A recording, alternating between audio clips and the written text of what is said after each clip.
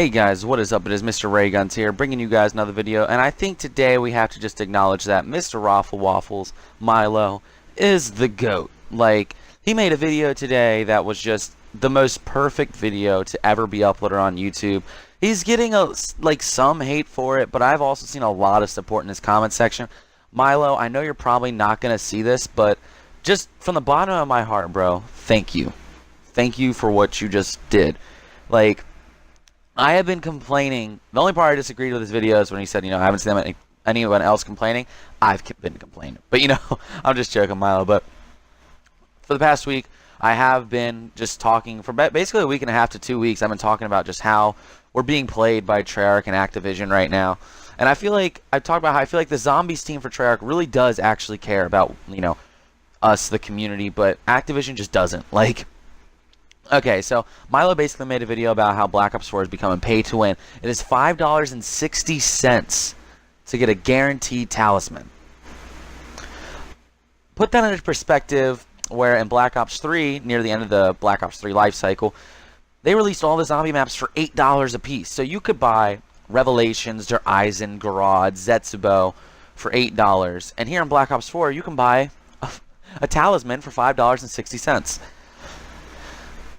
Just, God, that's so terrible. And I think especially something that Milo brought up that I've been talking about too is the constant blue screens that are having, all the the crashes that people are experiencing in zombies, and all just the terrible, absolute awful systems that we have been getting. I mean, it has been just awful. Like, the core gameplay of Black Ops 4 Zombies isn't a problem. I like Blood of the Dead. I like 9. I like Classified. I fucking hate Voyage. But that, 3 out of 4 is still a really good start, But these microtransactions, as everyone predicted years ago, are going to ruin Call of Duty. I remember on my old channel I made a video that I ended up taking down, but I made a video around Black Ops 2 where I was talking about how microtransactions are going to ruin the game. Like, it's going to ruin Call of Duties, and it's starting to ruin Black Ops 4, and you can tell there's so many players who bought this game on launch, bought Digital Deluxe Enhanced Edition, got all them COD points, got all that extra stuff, mystery box editions, and then they just left for Red Dead Redemption 2. And do I blame them? No. Why am I sticking with it? Because YouTube's still my hope and dream, and this is the best way for me to do it. And I do like the core gameplay of Black Ops 4. Again, I'm Prestige 2 in multiplayer. I think I put a decent amount of time into the game. I think I'm level 53 in zombies. Like, I put a good amount of time into this game. I completed the 9 Easter egg. Me and Cody almost beat the Blood of the Dead Easter egg last night. That shit was so sad how we lost. But, Cody, by the way, is my bro. Like, we've been doing all this together, and I think he has the same issues that I do. Like, first off, the crashes. Like, we're 3 weeks into this game and people are still getting blue screens. You released a 12 gigabyte update and you still did not fix the blue screens. You just made some basic changes. The Battle Pass is one of the most awful things that they have ever put into Call of Duty. The Black Ops Pass is the worst DLC system that I have seen on any video game. It is that bad. This game is literally just leeching off players for money. You paid $60 in the USA, $59.99 if you got it on launch, or if you pre-ordered it, you paid about $65 if you pre-order it, or $70. That's not counting if you got like the Digital Deluxe Enhanced Edition, or if you pre-ordered the Pro Edition.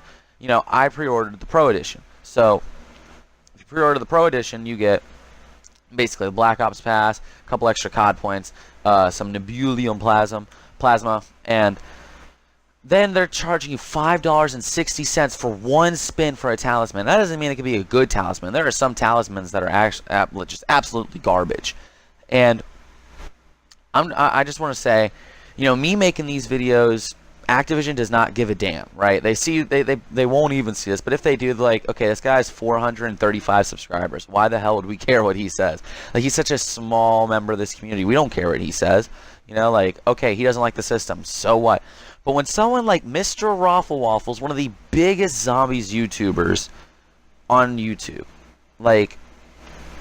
says that there's a problem and goes into great detail about these problems, maybe they'll start listening, and maybe Milo can knock some sense into their skulls, because Milo constantly says throughout the video how he's almost a business partner with Activision. He does a lot of stuff with Activision, but when he himself has come out and says, guys, there's a problem that needs some improvements, maybe they'll start listening.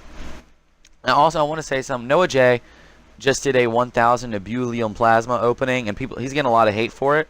But I think he went into good detail how him doing this and exposing how bad the system is could actually get Activision to lose money, because I think that's the first time he's done it.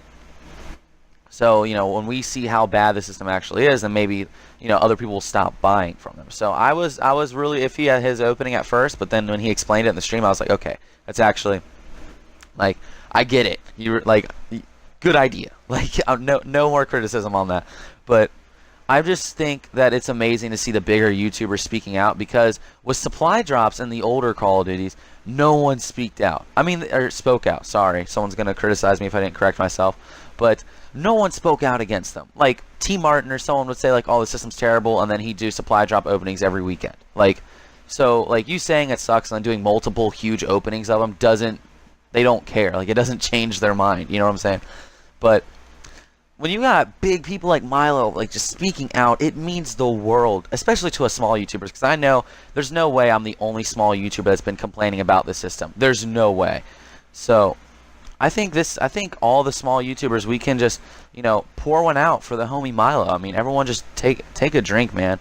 It is just fantastic to see someone of his mainstream. I guess we can start calling it mainstream, because there's a mainstream to YouTube, but he hasn't changed since he got famous. He's been the same guy. So mainstream isn't an insult. I hope if he sees this video, he's not like thinking I'm insulting him, but like someone that of his caliber, speaking out really means the world to us smaller YouTubers, because what we've been trying to get across, someone finally put it out there, and it's just it feels so good and rewarding. Anyways, if you guys enjoyed this video, please be sure to like, comment, and subscribe. And I know if you subscribe to my channel, you know who MrRoflWaffles is. Even if you haven't subscribed to my channel, you know who MrRoflWaffles is.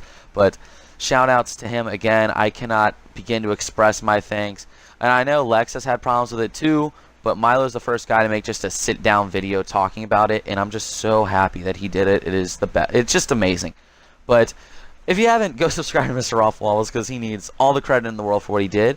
And yeah, if you enjoy my videos, be sure to stick around. I'll see you guys next time. It's Austin, and I'm out. Peace, guys.